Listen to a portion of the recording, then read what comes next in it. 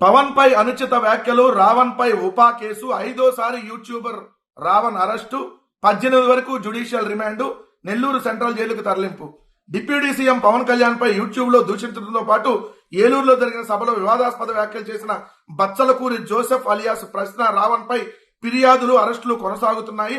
ఇప్పటి వరకు 4 సార్లు అరెస్ట్ చేయగా కోర్టులు బెయిల్ మంజూరు చేశాయి. తాజాగా ఆయన 5వసారి కూడా పోలీసులు అరెస్ట్ చేశారు. ఈసారి చట్ట వ్యతిరేక కార్యకలాపాల నిరోధక చట్టం UAPA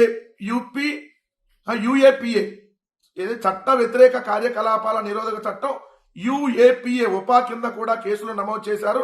road development corporation director, Janasena నేత గరికపాటి శివశంకర్ కృష్ణా జిల్లా గన్నవరం పోలీసులకు ఫిర్యాదు చేయడంతో ఇమీడియట్ గా కేసు పెట్టి ఇమీడియట్ గా అరెస్ట్ చేసి ఇమీడియట్ గా రిమాండ్ కి పంపించారు. 4 రోజులు 4 కేసుల్లో బెయిల్ రాగానే 5వ రోజు సెక్షన్లు మార్చి ఉగ్రవాదము ఏదైతే ఆయన దేశద్రోహం చేశాడని చెప్పి కేసులు పెట్టారు. అంటే వినాశకాలే విపరీత బుద్ధి అనే ఒకటి ఉంటది. మీకు పోయే కాలం దగ్గర పడింది కాబట్టి ప్రభుత్వానికి ఇలాంటి కేసులు పెడతా ఉన్నాను. ఏది దేశద్రోహమా? మరి నా కొడక అన్న వాళ్ళ మీద దేశద్రోహం పెడితే పవన్ కళ్యాణ్ మీద ఎన్నిసార్లు పెట్టాలి దేశద్రోహం కేసు? మరి ఇదే దేశద్రోహం అయితే ఇప్పుడు ఇతను మాట్లాడిన మాటలకి దేశద్రోహం కేసులు ఏదైతే పెడితే మరి పంతం నానాజీ మీద కూడా దేశద్రోహం కేసులు పెట్టాలి కదా.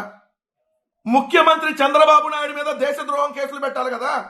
మతాల మధ్య చిచ్చులు పెడుతూ, కులాల మధ్య చిచ్చులు పెడుతూ, తిరుమల లడ్డులో పంది కొవ్వు, గొడ్డు కొవ్వు, బాత్రూమ్ యాసిడ్ అని చెప్పి సిగ్గు లేకుండా మనిషి పుట్టినాడు ఎవడు మాట్లాడినటువంటి భాష మాట్లాడినటువంటి చంద్రబాబు నాయుడు గారి మీద మరి కేసులు పెట్టద్దా? ఇదే కేసులు ఉపా కేసు పెట్టాలి కదా.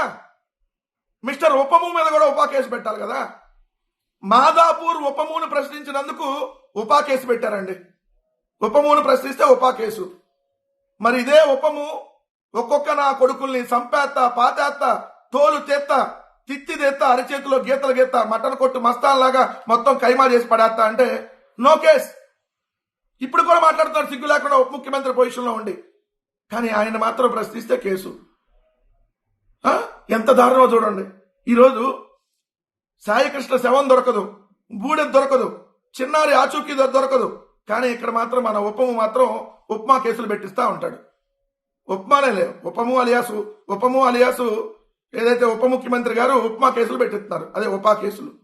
ఇట్లా ఉంటది ఇక్కడ. అంటే ఆయన 5,100 వీడియోలు తన యూట్యూబ్ ఛానల్లో పోస్ట్ చేశారంట.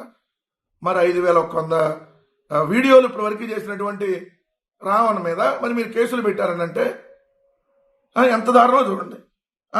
వైసీపీ నేత స్టేషన్ వద్ద ఆందోళన చేయాలని భావించగా పోలీసులు అడ్డుకున్నారు. మీ ఆంధ్రజ్యోతి మారరా? మీరు కడుపుకి అన్నం తినరా కొద్దిగా కూడా? వైసీపీ నాయకులు ఎందుకు వెళ్ళారు? అక్కడికి వెళ్ళలేదు కదా. కానీ మీరు చూడండి, అక్కడ జైబీ పార్టీ నేతలు వస్తే వాళ్ళని వైకాపా నేతలుగా రాసేస్తున్నారు. అంటే సమాజంలో వీళ్ళు ఎట్లా అంటే ఇదిగోండి తెరనకాల వీళ్ళే నడిపిస్తున్నారని ప్రజలకు తెలియజేయాలి వాళ్ళు.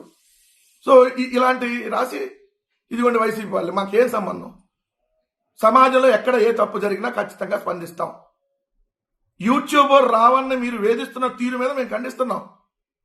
మరి యూట్యూబర్ రావణ్ మీద కేసు పెట్టినప్పుడు ఉప ముఖ్యమంత్రి మీద కూడా కేసు పెట్టాలని అడుగుతాం డెఫినెట్ గా.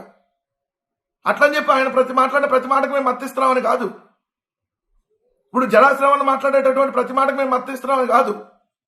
ఏదైతే అంశాల వారీగా ఖచ్చితంగా తప్పులు జరిగినప్పుడు తప్పని అంటాం, వాళ్ళ మీద మీరు తప్పుడు విధానంగా వెళ్తున్నప్పుడు తప్పుడు విధానమే అంటాం. దానికి ఒక ప్రొసీజర్ ఉంటుంది. ఇప్పుడు దేశద్రోహం కేసులు పెడతారా అంటే రిమాండ్కి వేయాలి, జైల్లో చంపేయాలి. నాకు తెలిసి రావణ్ గారికి ఖచ్చితంగా ప్రాణహాని ఉంటుంది. సో ఈ పోలీసుల్ని చెప్తా ఉన్నాం, రావణ్కి ప్రాణహాని తలపెట్టేటటువంటి కార్యక్రమాలు చేయబోతా ఉన్నారు. అందుకనే రిమాండ్ని తప్పుడు కేసులు పెట్టి రిమాండ్కి వేసినటువంటి పరిస్థితి. సో వాళ్ళ కుటుంబ సభ్యులు ఇప్పుడు ఇమీడియట్ గా ఏదైతే రావణ్ ఉన్నటువంటి ఏదైతే నెల్లూరు జైల్లో ఏదైతే audio and video recording live పెట్టించాలని కోరాలి.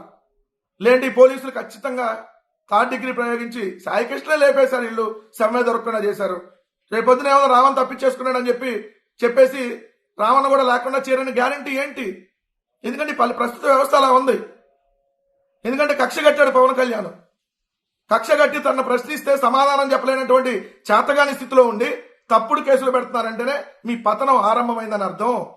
మీరు ఎన్ని కేసులు ఇలాంటివి పెట్టుకున్నా, అది రావణా, లేదంటే కేవీఆరా, లేదంటే కొమ్మినేని శ్రీనివాస్ గారా, లేదంటే ఇంకో జర్నలిస్టా లేదంటే ఇంకో ఐఏఎస్ ఐపీఎస్ వైసీపీ కార్యకర్త లేదంటే వైసీపీ నాయకుడా, ఎవరి మీద ఎన్నెన్ని కేసులు పెట్టినా దానికి తగినటువంటిది ఖచ్చితంగా అనుభవించక తప్పదు. రానున్న రోజుల్లో మీ పతనం ఇప్పటికి ఆల్రెడీ ఎప్పుడు ఆరంభమైంది. పూర్తిగా మీరు బంగాళాఖాతంలోకి మీ కూటమి ప్రభుత్వం కలిసిపోయే రోజు అతి దగ్గరలో ఉందన్న విషయం మాత్రం గుర్తుపెట్టుకోమని మాత్రం హెచ్చరిస్తా ఉన్నాం.